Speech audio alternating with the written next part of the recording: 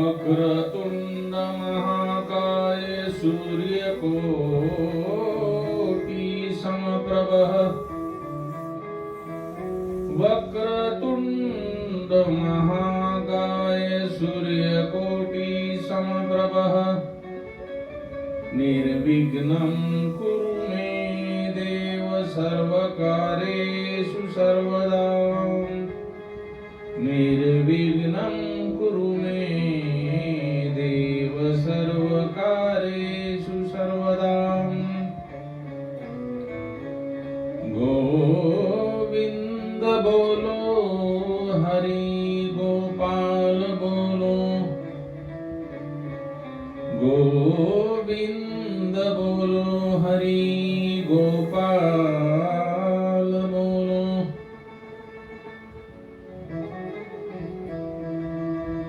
राधा रमन हरि गोविंद राधा कृष्ण हरि गोविंद क्षीरहरण लीला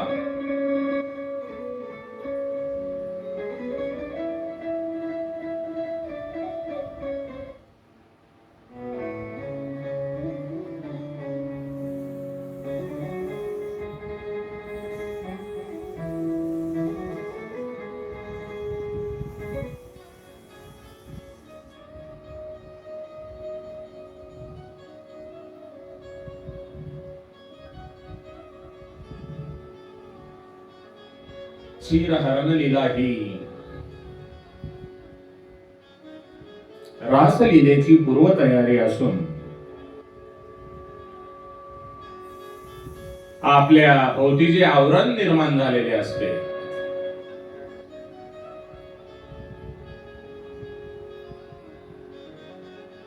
ते भौतिक आवरण म्हणजे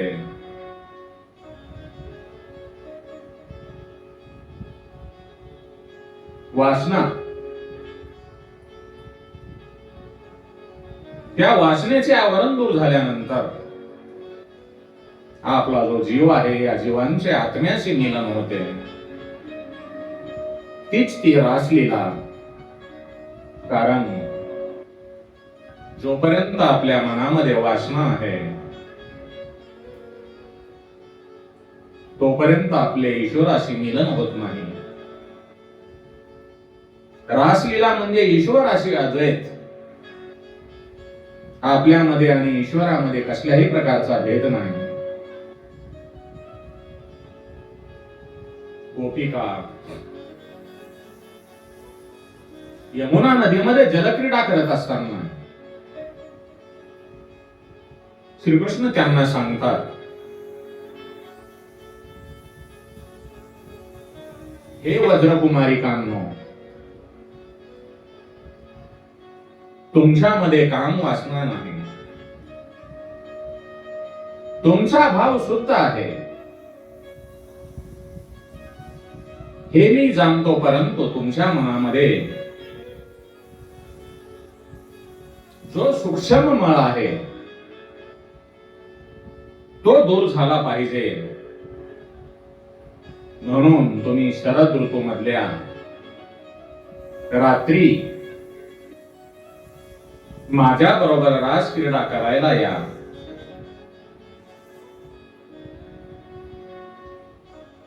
शरद ऋतू मधल्या रात्री ह्या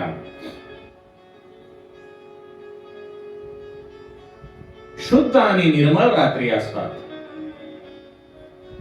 आणि त्या रात्रींच्या शुद्ध वातावरणामध्ये मनातील सर्व वाईट वासनांचा आणि सूक्ष्म मळाचा सुद्धा निराश होतो आणि ईश्वराशी, परमपिता परमेश्वराशी सहज अद्वैत साधता येते. म्हणजे दोघांमध्ये मतभेद राहत नाही. देव भक्त आणि नाम कथा त्रिवेणी संगम असे म्हटल्यासारखे देव आणि भक्त दोघेही एकच होऊन जातात. भाविकांनो,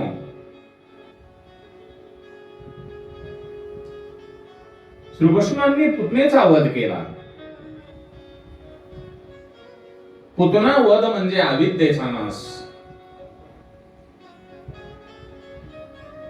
आपण कुठल्याही एखाद्या कार्यामध्ये सहभाग घ्यावयाचा असेल तर आपणाला त्याबद्दल ज्ञान असावयास पाहिजे. आपणाला भगवंताच्या भक्तीकडे वळावयाचे असेल तर आपल्या मनामध्ये जी वासना आहे, अविद्या आहे, तिचा नाश करणे जरुरी आहे. म्हणून रासलीलेची ती पहिली पायरी आहे. रासलीलेची दुसरी पायरी म्हणजे तृणव्रताचा वध. म्हणजे जी काही आपली इच्छा असते, इच्छा आकांक्षा, तिचा वध करणे म्हणजे रजोगुणाचा नाश. आणि तिसरे माखन चोरी. बालरूपातील कृष्ण हे माखन म्हणजे लोण्याची चोरी करत असत. ती माखन चोरी करणे म्हणजे मनाची चोरी. हे सात्विकतेचे प्रतीक आहे. आपले जे मन आहे, या मनामध्ये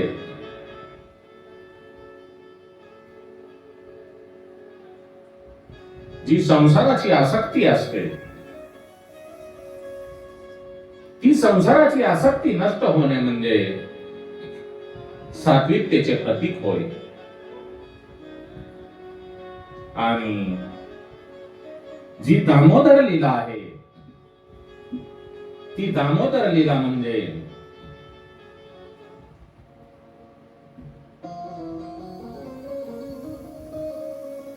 दंभाचा नाश. आपल्यामध्ये जो दंभ असतो, प्रत्येक मनुष्यामध्ये दंभ असतो,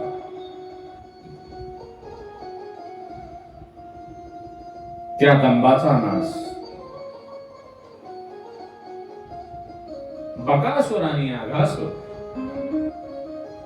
बकासुर आणि आघासुर म्हणजे संसार तापापासून मुक्तता, प्रपंचापासून मुक्तता.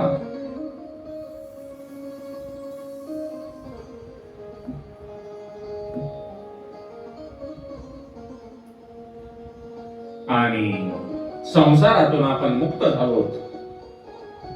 या संसार रूपी दावाग्नी शांत झाल्यानंतर आपल्या अंतःकरणामध्ये जी वासना आहे, त्या वासनेचा नाश होतो. अशा षडरिपूवर विजय मिळविल्यानंतर वेणुगीतांची बासरी ऐकू येते आणि भगवंताच्या, भगवान श्रीकृष्णांच्या रासलीलेमध्ये प्रवेश मिळतो. भाविकांनो, वेणुगीत ही नाद ब्रह्मांची उपासना आहे.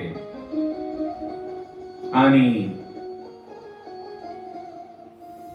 गोवर्धन लीला ही इंद्रियामध्ये पुष्टी निर्माण करते, इंद्रियांची वृद्धी करते. आणि हे सर्व फक्त भक्तिरस साधतो. भगवंताची भक्ती केल्यानंतर सर्व काही आपल्याला साधता येते.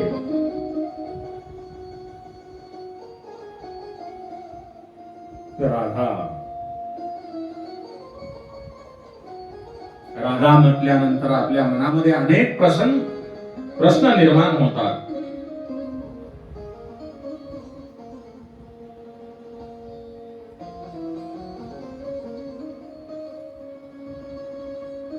राधा ही कोण आहे?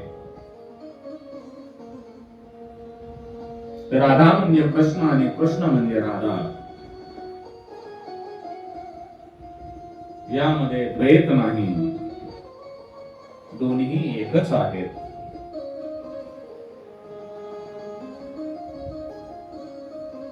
कृष्णाच्या वेगळी राधा नाही आणि राधेपासून कृष्ण वेगळे नाही. त्या राधेची महानता श्री राधा ही सुखदेवांची गुरु आहे. जे सुखदेव राजा परीक्षितांना भागवताचे कथामृत सेवन करायला लावित आहेत, त्या सुखदेवांची गुरु ही श्री राधा असून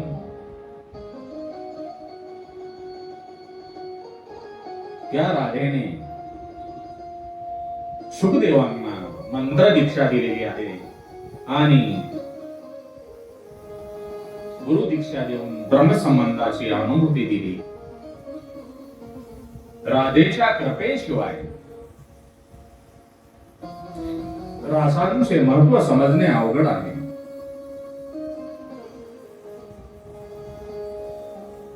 सुखदेव हे पूर्वजन्मामध्ये पोपट होते. तो पोपट नेहमी राधेच्या नामाचा जप करत असे. एकदा राधा त्या आपल्या पाळीव पोपटाला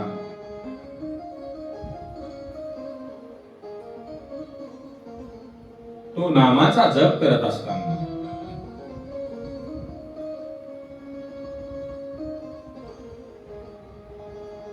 ऐकते आणि ती त्या पोपटाला सांगते, अरे पोपटा, तू माझ्या नावाचा राधा राधा म्हणून जप का करतोस? तू परमेश्वराच्या नामाचा, परमपिता परमेश्वराच्या नामाचा जप कर, श्रीकृष्णांच्या नामाचा जप कर. तू राधा राधा असा नाम जप करण्याऐवजी कृष्ण कृष्ण श्रीकृष्ण श्रीकृष्ण असा नाम जप कर. राधेने त्या मंत्राला श्रीकृष्ण श्रीकृष्ण या मंत्राला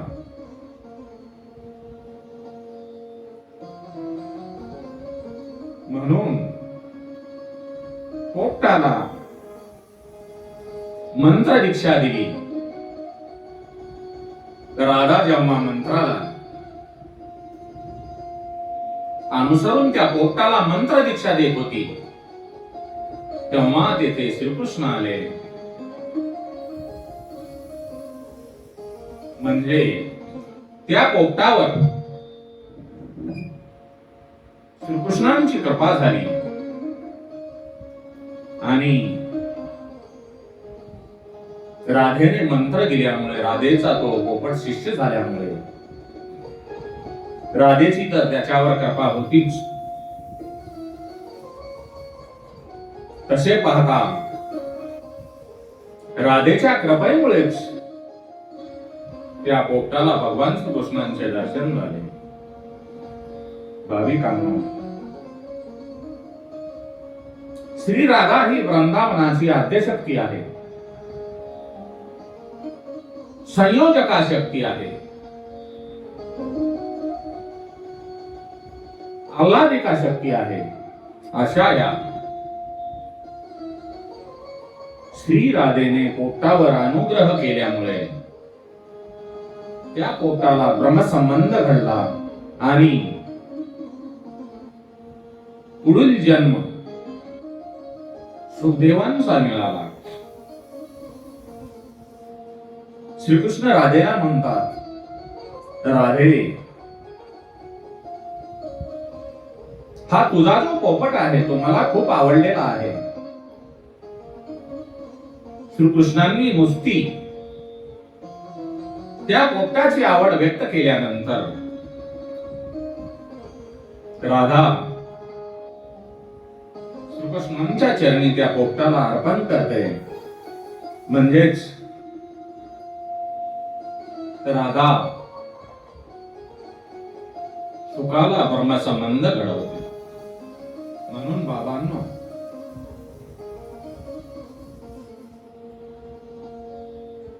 राधेने पाळलेला पोपट फक्त नाम जपावर भगवंताचे दर्शन घेऊ शकतो. मग आपणास दर्शन का मिळणार नाही? या कलियुगामध्ये फक्त आणि फक्त भगवंताचे नाम संकीर्तन आपल्या कामाला येणार आहे. आपल्याकडे किती पैसा आहे, किती संपत्ती आहे, की काहीही कामाला येणार नाही. एक दिवस आपणाला ते सर्व काही येथेच सोडून जावे लागणार आहे. म्हणून या हाताने जे काही अन्नदान करता येईल, चांगले काम करता येईल ते करून घ्या. कारण आपण केव्हा जाणार आहोत.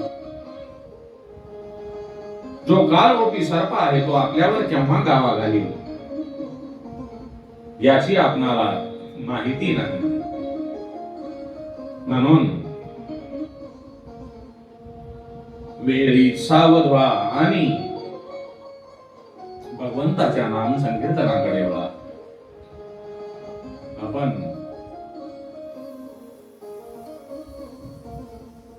थोडा वेळ प्रभूचे नाम चिंतन करू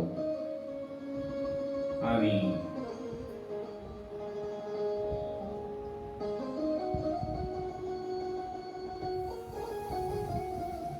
भगवंताचे गुणगान गाऊ.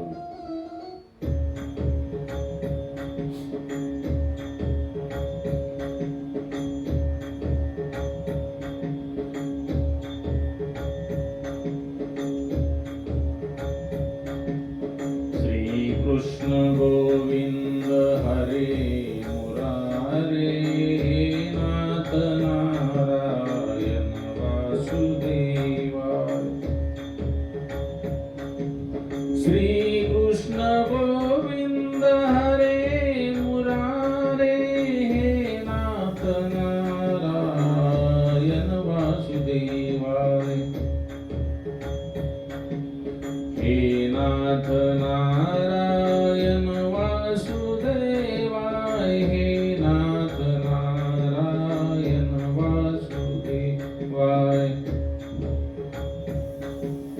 श्री कृष्ण गोविंद हरे मुरारे हे नाथ नारायण वासुदेवाय.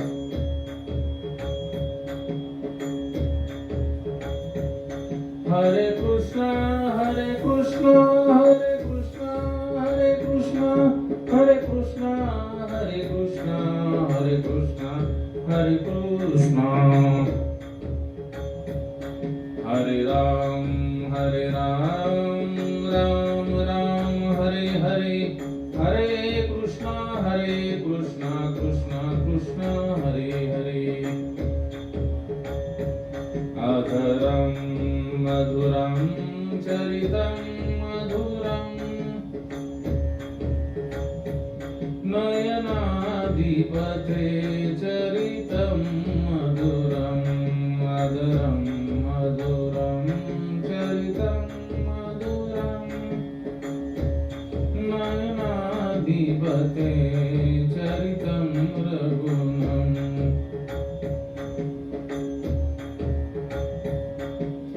राधा रमण हरि गोविंद. राधा कृष्ण हरि गोविंद. राधा रमण हरि गोविंद. राधे कृष्ण हरि गोविंद. राधा रमण हरि गोविंद. राधा कृष्ण हरि गोविंद. गोविंद बोलो हरि गोपाल बोलो. गोविंद बोलो हरि गोपाल बोलो.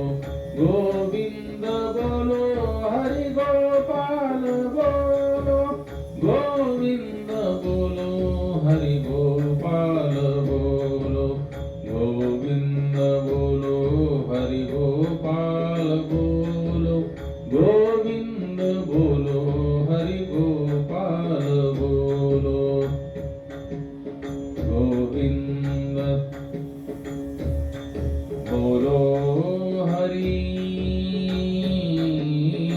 गोपाल बोलो. गोविंद बोलो हरि गोपाल बोलो. गोविंद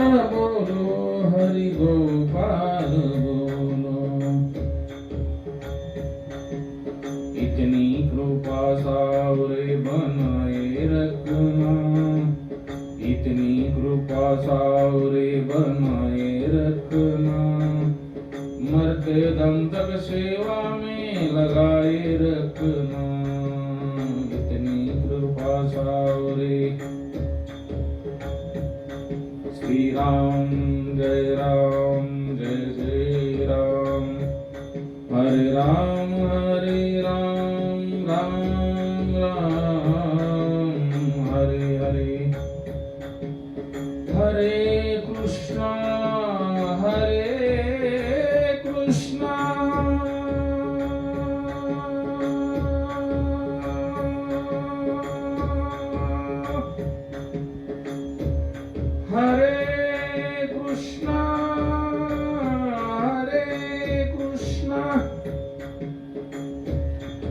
हरे कृष्णा हरे हरे, हरे कृष्णा कृष्णा कृष्णा हरे हरे, हरे कृष्णा कृष्णा कृष्णा हरे हरे. भाविकांनो, रामाचा आचार आणि रामाचा विचार आपल्या घरामध्ये आपल्या आचरणामध्ये आल्याशिवाय भगवान श्रीकृष्ण आपल्या घरामध्ये येणार नाही, त्यांचा अवतार आपल्या हृदयामध्ये होणार नाही. म्हणून मर्यादेमध्ये राहिलेले मर्यादा पुरुषोत्तम भगवान श्रीराम यांचे आचरण करून आपल्याकडे भगवान श्रीकृष्णांचे